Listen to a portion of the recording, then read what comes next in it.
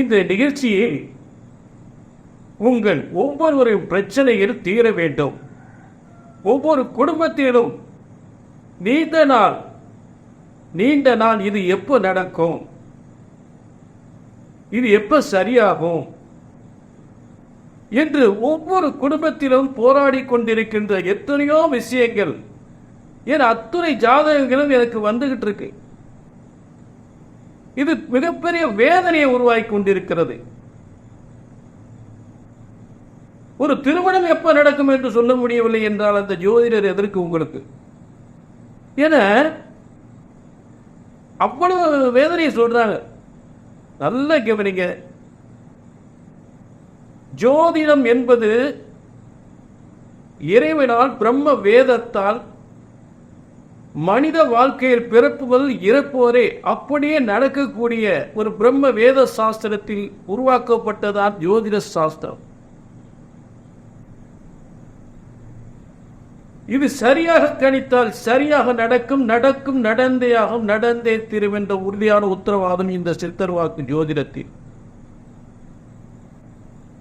ஒரு ஜோதிடத்தின் பலன் சொன்னது நடக்கவில்லை என்றால் ஒன்று உங்கள் ஜாதகம் தவறாக இருக்க வேண்டும், இல்லை என்றால் ஜோதிடர் நான் தவறாக இருக்க வேண்டும்.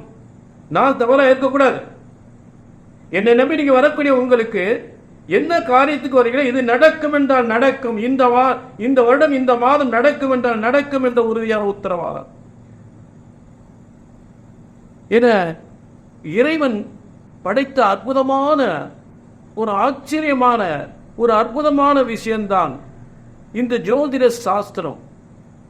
ஒருபோதும் தப்புவதில்லை. ஜோதிட சாஸ்திரத்தை சரியாக கணித்து சொன்னால் ஒருபோதும் தப்புவதில்லை. பிரம்ம வேதத்தான் இறைவனால் உருவாக்கப்பட்ட அற்புதமான மனித படைப்பின் அத்தனை ரகசியம் அடங்கியிருக்கிறது. இப்ப என்ன வேற, ஐயா பொம்பளை பிள்ளைக்கு மூணு வருஷத்துக்கு மேல மாப்பிள்ளை பார்த்துக்கிட்டு இருக்கோம். 3 வருஷமா மாப்பிள்ளை பார்க்குறான். ஒவ்வொரு ஜோசியராக பக்கம் முடிஞ்சிருந்தாங்க, அப்போ முடிஞ்சிருந்தாங்க, வியாழக்கு வந்துருந்தாங்க. அப்புறம் பையனுக்கு வேலைக்காக முயற்சி பண்ணிக்கிட்டு இருக்கோம். அவனும் நல்லா படிச்சுட்டு வேலை இல்லாமல் அரசாங்க வேலைக்கு எத்தனையோ முயற்சி பண்ணுறான், அவனுக்கு வேலை கிடைக்கல. இப்போ பிள்ளைக்கு காலத்தில் கல்யாணம் முடிக்கலான்னு பார்த்தா இப்போ முடிஞ்சது அப்போ முடிஞ்சது வியாழனுக்கு வந்துருச்சுன்றாங்க, நான் முடிய மாட்டேங்குது. அப்போ சமீபத்தில் இந்த வருஷம் போய் பார்க்கும்போது ஆவணியில் எப்படி முடிஞ்சிடும், அப்போ ஆவணியில் முடியலை. திரும்ப இன்னொரு ஜோசியரை பார்ப்போம். ஆவணியில் முடியணும் ஜோசியரை பார்த்துட்டு முடியலன்னு இன்னொரு ஜோசியரை பார்ப்போம். அவரு செல்வம் சொல்லிட்டு நல்லா சொல்லிட்டு அவர் போய் பார்ப்போம். அவருக்கு எப்படி கார்த்திகை எப்படி முடிஞ்சிடும், கார்த்திகையிலும் முடியல. அப்ப தை மாசி பங்குனி சித்திரை ஆகிப்போச்சு. இப்ப என்ன சொல்ற, அப்ப குரு பயிற்சி ஆகிப்போச்சு, வைகாசின்னு எப்படி முடிஞ்சிடும்ன்றாங்க. நாங்கள் இப்படி ஜாதகத்தை தூக்கி பார்க்க அதை இடம் கிடையாது. ரொம்ப வேதனைப்பட்டு தான் உங்களை வந்திருக்கு. இந்த வைகாசியாவது எங்களுக்கு பிள்ளை கல்யாணம் முடியுமா, என் பையனுக்கு வேலை கிடைக்குமா? அப்புறம் ஒரு பொண்ணுக்கு கல்யாணமாகி புத்திர பாக்கியம் இல்லை. ஒரு 7 வருஷம் ஆகிப்போச்சு கல்யாணமாகி. முதல்ல ஒரு ஆணையும் பெண்ணையும் சேர்க்கும் போது அந்த பொருத்தங்களை சரியாக பார்க்க வேண்டும்.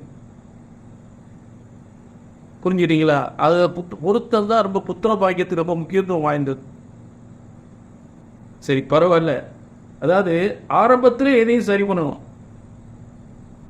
சரி பரவாயில்ல, நான் சொல்ற நல்ல கவனிங்க. எந்த ஒரு காரியமாக இருந்தாலும், எந்த ஒரு பிரச்சனைக்காக இருந்தாலும் சரி, எந்த காரியத்துக்காக எந்த பிரச்சனை ஜாதகத்தை எடுத்து அப்படிங்க வந்தாச்சுன்னா இந்த பிரச்சனைகள் இந்த காலத்தில் சரியாக முடியும். இது இந்த காலத்தில் நடக்கும் என்றால் நடக்கும், நடந்தே ஆகும், நடந்தே தீரும் என்பதுதான் இந்த நிகழ்ச்சியில் நான் தருகின்ற உறுதியான உத்தரவாதம். சொல்லுக சொல்லில் பயனுடைய, சொல்லற்க சொல்லில் பயனில்லா சொல். இந்த நிகழ்ச்சி பயன் தராத விஷயத்தை சொல்லக்கூடாது. ஆக உங்கள் பொதுமக்கள், உலக தமிழ் மக்கள் அனைவருக்குமே இந்த சித்தர் வாக்கு ஜோதிடத்தின் மூலம் நான் தருகின்ற உறுதியான உத்தரவாதம். எந்த பிரச்சனைக்காக இந்த ஜாதகத்தை ஏற்ற காமிக்கிறீங்களோ, என்ன பார்த்து நடக்கல சரியாகல அப்படின்ற வார்த்தை வரவே கூடாது. ஏன்னா எனக்கு ஒரு சந்தோஷமான விஷயம் என்னன்னு கேட்டீங்கன்னா, நீங்க ஒரு தவறான வழியில தவறான ஜாதகத்தை வைத்துக் கொண்டு தவறான வழியில் போய்கொண்டிருக்கும் பொழுது, என்னை சந்திக்கும் பொழுது அதை திருத்தி உங்களுக்கு சரியாக நடக்கக்கூடியதை நடத்தி கொடுக்கும் பொழுது அதை விட சந்தோஷம் எனக்கு எதுவுமே இல்லை. ஐயா உங்களை பார்த்தா நல்லபடியாக நடந்துச்சுன்னு சொல்லும் போது அதை விட சந்தோஷம் உலகத்தில் எதுவுமே கிடையாது. ஆக அப்படிப்பட்ட விஷயத்தை தான் நான் இங்கே உங்களுக்கு விலை கொடுத்துட்டு இருக்கேன். ஆக கண்டிப்பாக நடக்காத காரியம் எல்லாம் நடக்கும், நடந்தே ஆகும், நடந்தே தீரும். கீழே ஒரு நம்பரை முன்பதிவு பண்ணிக்கங்க. என்ன நடக்கலன்னு பார்த்துருவோம். புரிஞ்சுட்டீங்களா? ஆக வேதனைங்க இத்தனை வருஷம் நீங்க அலையிறீங்க, இது இந்த காலத்தில், அதாவது சும்மா உங்களை அலைய விடக்கூடாது. நடக்கும் நடக்கும் என்பதை சரியாக கணித்து சொல்ல வேண்டும். நடக்கலையா, என்ன காரணத்து நடக்கலையா, சரியான நிவர்த்தி என்ன, அதை உங்களுக்கு ஒரு தெளிவா வளர்க்கணும். என்ன செஞ்சா நடக்கும்? இதுதான் சித்தர் வாக்கு ஜோதிடத்தில் உலக மக்கள் உங்கள் அத்தனை பேருக்கும் நான் தருகின்ற உறுதியான உத்தரவாதம். ஆக ஜோதிட சாஸ்திரம் ஒருபோதும் தப்புவதில்லை, தவறுவதில்லை. ஏனென்றால் இறைவன் பிரம்மனால் உருவாக்கப்பட்ட ஜோதிட சாஸ்திரம், வேதத்தில் உருவாக்கப்பட்ட ஜோதிட சாஸ்திரம். இதை சரியாக கணித்தால் சரியாக நடக்கும் என்று உறுதியான உத்தரவாதம். புரிஞ்சுட்டீங்களா? இன்றைய தினம் நாம் என்ன பார்க்க போறோம் அப்படின்னு, ஜூன் மாத பலன்கள். இந்த ஜூன் மாதம் என்பது 6வது மாதம். இது எல்லாம் தெரிஞ்சதுதானங்க. அது ஒரு முக்கியமான விஷயம் இருக்கு இந்த ஜூன் மாதத்தில். என்னென்ன, இந்த 6ஆம் எண்ணுக்குரிய சுக்கிரன், அதாவது 6னா சுக்கிரன், 6ஆம் நம்பர், அந்த 6க்குரிய சுக்கிரனே வலிமை பெறுகின்ற ஒரு ஜூன் மாதமாக அமைகிறது. அப்படிப்பட்ட ஒரு சிறப்பு ஜூன் மாத பலன்களை யாருக்கு பார்க்க போறோம் அப்படின்னா, ரிஷபராசியில ஆட்சி பெற்ற சுக்கிரன், அந்த ரிஷபராசிக்கு பார்க்க போறோம். ரிஷபராசியில தான் சுக்கிரன் ஆட்சி பெற்று இருக்கிறார். அந்த ரிஷபராசிக்குரிய பலன்களை ஜூன் மாத பலன்களாக பார்க்க போறோம். புரிஞ்சுட்டீங்களா? சரி, இப்ப அந்த சித்தர் வாக்கு ஜோதிடத்தில், அதாவது பார்த்தீங்கன்னா உங்களுக்கு இந்த ஜூன் மாத பலன்களை உங்களுக்கு விளக்குவதற்கு முன்னால் சித்தர் வாக்கு ஜோதிடத்தின் மூலம் ஒரு சிறந்த விளக்கம், உங்களுக்கு என்ன நடக்க போகுது, சித்தர் வாக்கு ஜோதிடத்தின் மூலம் நல்லது நடக்குமா அப்படின்ற ஒரு விளக்கம்.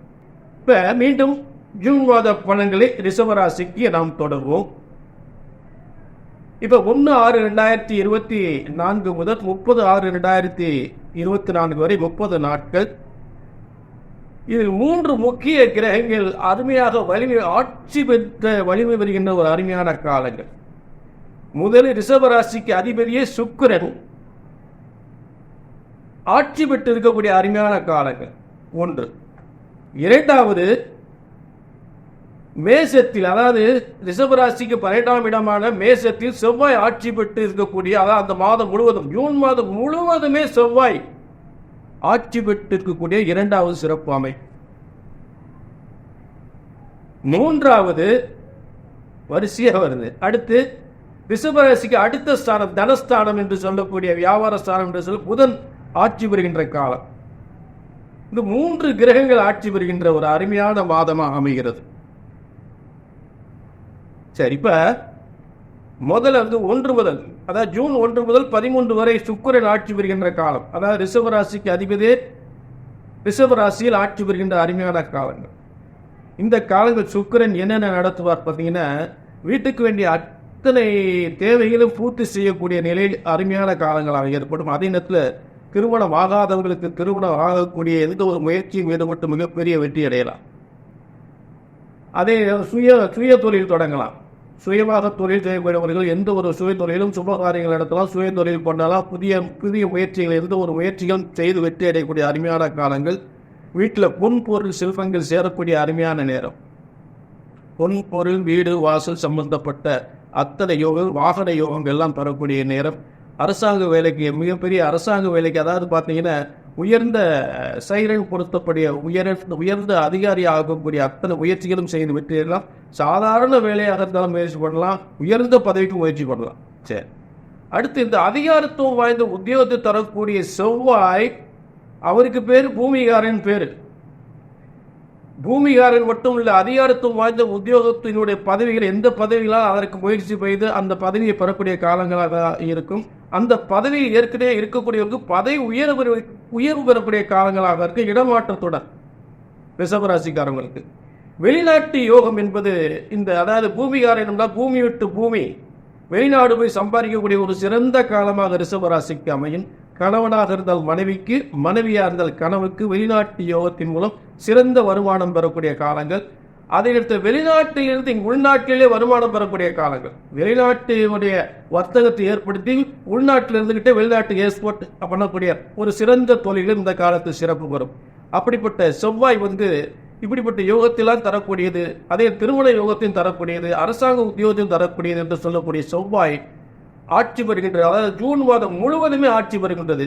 அதாவது ரிஷபராசிக்கு 7-12க்குரியவர், கனவெல்லாம் நனவாகக்கூடியது. 7-12க்குள்ளே 12ஆம் இடத்தில் ஆட்சி பெற்றால் சொத்துக்கள் சேரும், நாடு விட்டு நாடு போய் சம்பாதிக்கக்கூடிய நிலை ஏற்படும், வெளிநாட்டு வருமானங்கள் ஏற்படும், சுபகாரியங்கள், திருமண யோகங்கள், இடம் வீடு சம்பந்தப்பட்ட யோகங்கள். புரிஞ்சுட்டீங்களா?